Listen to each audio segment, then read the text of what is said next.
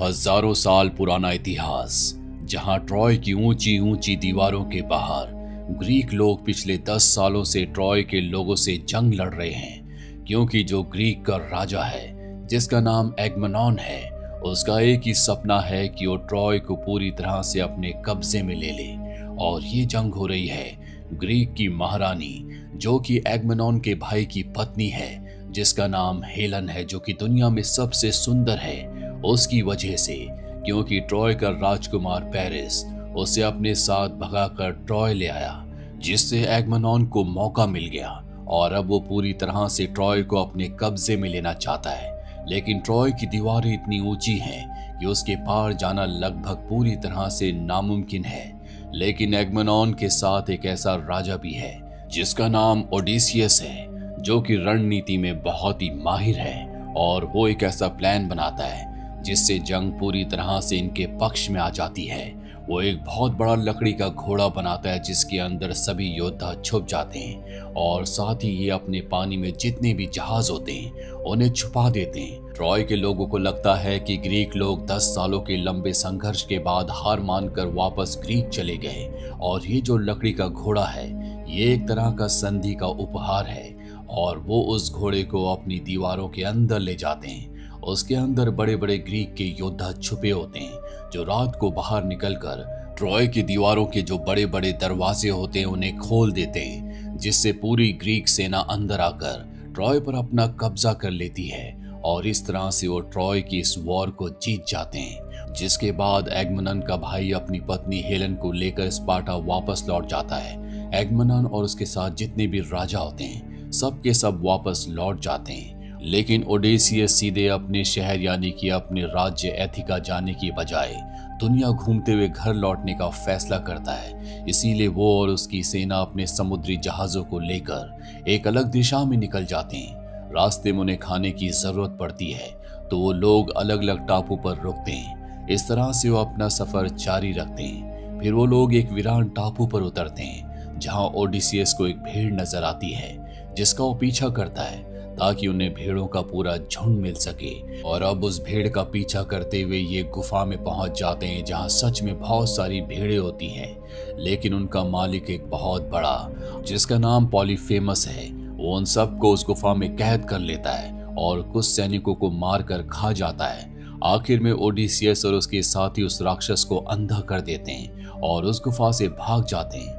पर जाने से पहले उन्हें समझ में आ जाता है कि पॉलीफेमस असल में समुद्र के देवता पोसाइडन का बेटा है, जो कि अंधा होने की वजह से अपने पिता से इन लोगों की सजा के लिए प्रार्थना करता है। इसीलिए अब ओडिसियस की पूरी सेना डर जाती है कि उन्होंने समुद्र के देवता को नाराज कर दिया, जिसकी वजह से उन्हें रास्ते में परेशानी आएंगी। लेकिन ओडिसियस इन बातों पर ध्यान नहीं देता और वो आगे बढ़ता रहता है। पर अब सच में उनका सफर बहुत ही मुश्किल हो जाता है, क्योंकि समुद्र में बहुत सारे तूफान आने लगते हैं, जिस वजह से वो लोग रास्ता भटक जाते हैं। फिर वो सब खाने की तलाश में एक आइलैंड पर रुकते हैं, जहां पर बहुत बड़े साइज के आदमी रहते हैं, जो कि ओडिसियस की फौज पर हमला कर देते हैं और कई सैनिकों को मारकर कुछ जहाज भी तोड़ देते हैं। आखिर में सिर्फ एक ही समुद्री जहाज बचता है, जिसमें ओडेसियस और उसके कुछ सैनिक मौजूद थे।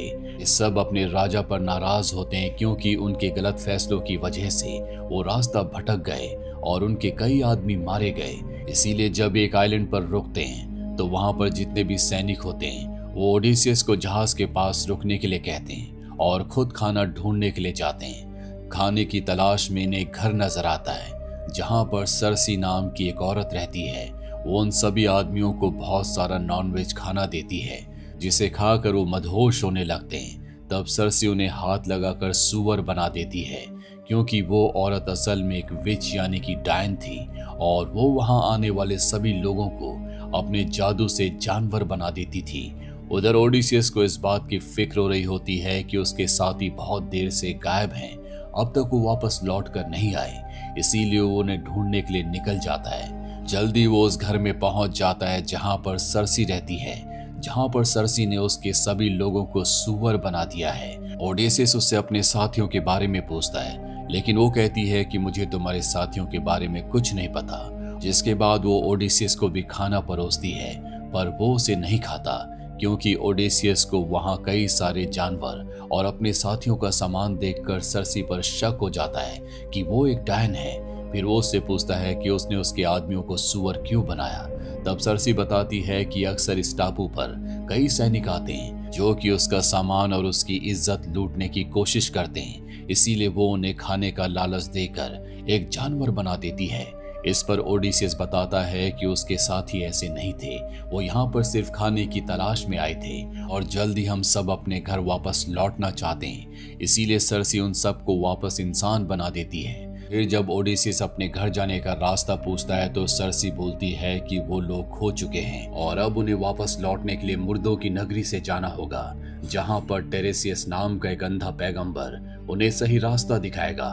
तब ओडेसियस और उसके साथी अपना जहाज लेकर सरसी के बताए रास्ते पर निकल जाते हैं और एक अंधेरे आइलैंड पर पहुंच जाते हैं, जहां एक जानवर की बलि देने पर कई सारे मुर्दे आ जाते हैं, जो कि उन लोगों की आत्माएं थी जो कि उस जंग और सफर में मारे गए थे, जिसमें राजाओं का राजा एगमनॉन भी शामिल था, जो कि ओडेसियस को बताता है कि जब वो घर लौटा तब उसकी बीवी ने उसे धोखे से मार दिया, इसीलिए वो संभल कर अपने घर जाए। फिर एक सिपाही ओडिसियस को बताता है कि उसके राज्य में उसी के खिलाफ षड्यंत्र चल रहा है। इसके बाद वहां पर टेरेसियस ओडिसियस को आगे का रास्ता समझाता है और ये भविष्यवाणी करता है कि उस सफर में सभी सैनिक मारे जाएंगे और सिर्फ वही अकेला जिंदा बचेगा। लेकिन ओडेसियस उसे बोलता है कि वो अपने दोस्तों को, अपने साथियों को मरने नहीं देगा। तभी उस जगह पर कई सारे मरे हुए सिपाही ओडेसियस और उसके साथियों पर हमला कर देते हैं, क्योंकि वो उन्हें मरने से बचा नहीं पाए थे। तब वो सब अपनी जान बचाकर वहां से भागते हैं और जो रास्ता टेरेसियस ने बताया था उस रास्ते पर आगे बढ़ जाते हैं, जहां वो कई मुसीबतों का सामना करते हैं, जिसमें कुछ सैनिक मारे जाते हैं। आखिर में वो लोग एक ऐसे आइलैंड पर पहुंचते हैं जहां पर कई सारी गाय मौजूद होती हैं, जिनके मालिक होते हैं cattle of the sun god. Tiresias ने उन गायों के बारे में कहा था कि उन्हें खाना मत, नहीं तो सब मारे जाएंगे। ओडेसियस अपने साथियों को इस बारे में बताता है, वो उसकी बात मान जाते हैं, लेकिन फिर वो लोग कुछ दिन तक इस आइलैंड में फंस जाते हैं और उन्हें वहां खाने के लिए कुछ नहीं मिलता, इसीलिए बाद में उस सैनिक एक गाय को मारकर खा जाते हैं, जिससे ओडेसियस बहुत ज्यादा नाराज हो जाता है। फिर उन्हें उस आइलैंड से निकलने का मौका मिलता है और तब उन लोगों को गाय खाने की सजा मिलती है। समुद्र में तूफान आने लगते हैं। आखिर में उन पर आसमान से देवता ज़्यूस का कहर बरसता है।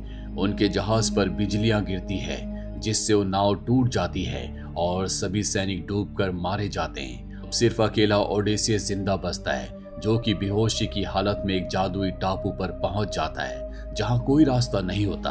वहां पर एक औरत होती है जिसका नाम कैलिप्सो होता है। वो बहुत ही खूबसूरत है और वो अमर है, क्योंकि वो एक आम इंसान नहीं बल्कि देवी है। उसे ओडेसियस से प्यार हो जाता है और वो उसकी बहुत सेवा करके उसे ठीक करती है।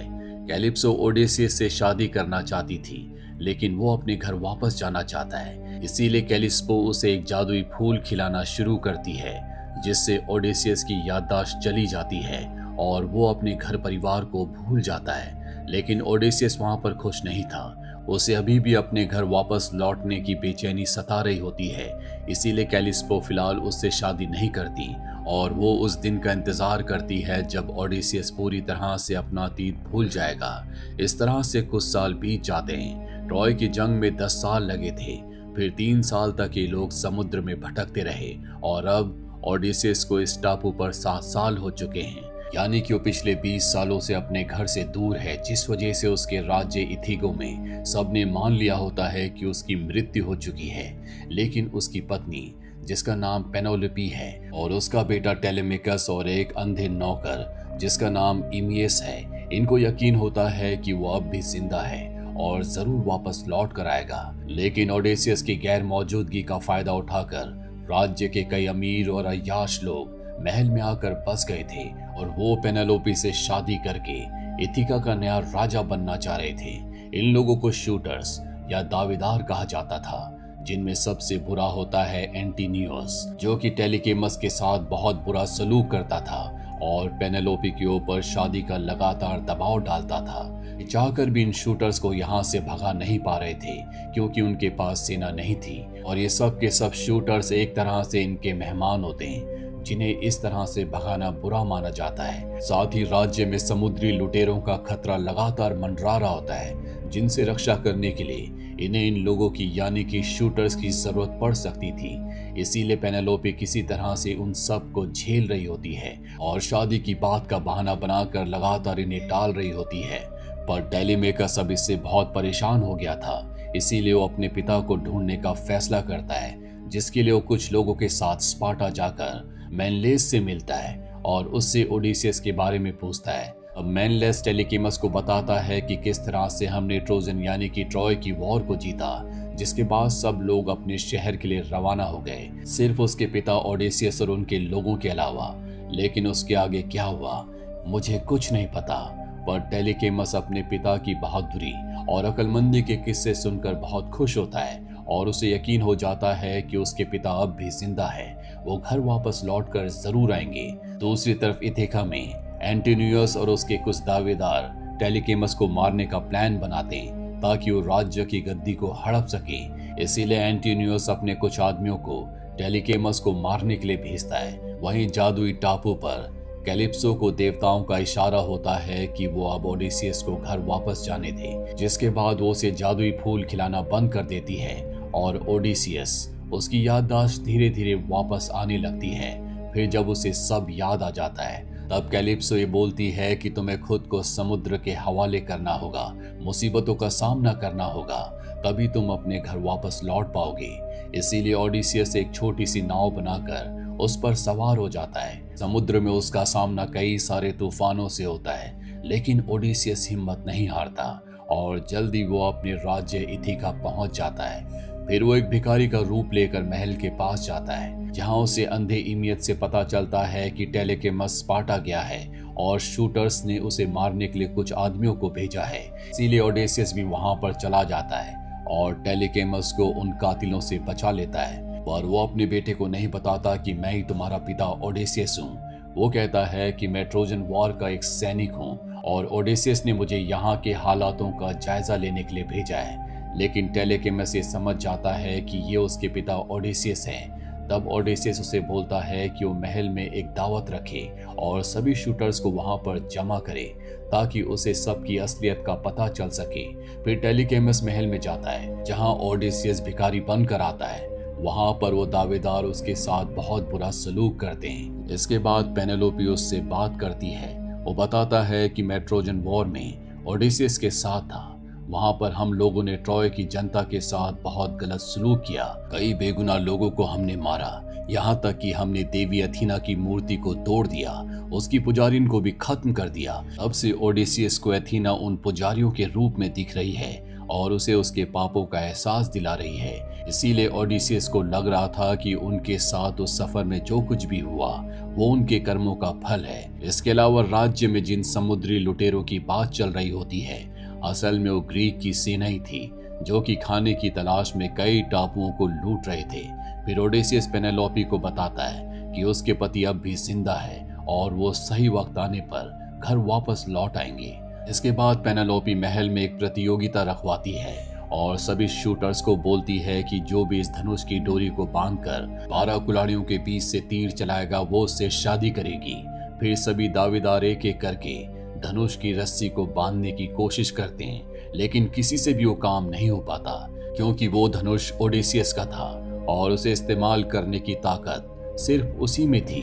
तब आखिर में वो भिखारी सामने आता है और उस धनुष में रस्सी बांध देता है, जिससे वहां पर सभी शूटर्स समझ जाते हैं कि ये ओडेसियस है। इसीलिए वो उस पर हमला कर देते हैं और ओडेसियस अकेला ही एंटिनियोस और कई दावेदारों को मार डालता है, जिससे डरकर बाकी लोग हार मान लेते हैं और उसके सामने झुक जाते हैं। आखिर में पेनेलोपी अपने पति से मिलकर बहुत खुश होती है। इसके बाद ओडेसियस अपने बेटे को इथिका का नया राजा बना देता है और पेनेलोपी के साथ शहर छोड़कर शांति की तलाश में निकल जाता है, जहां दोनों पश्चिम के एक अनजान टापू में जाकर सभी मरे हुए सैनिकों को श्रद्धांजलि भी देते हैं। और इसी के साथ ये फिल्म, ये कहानी यहीं पर खत्म हो जाती है। उम्मीद करते हैं कि ये कहानी आपको पसंद आई होगी।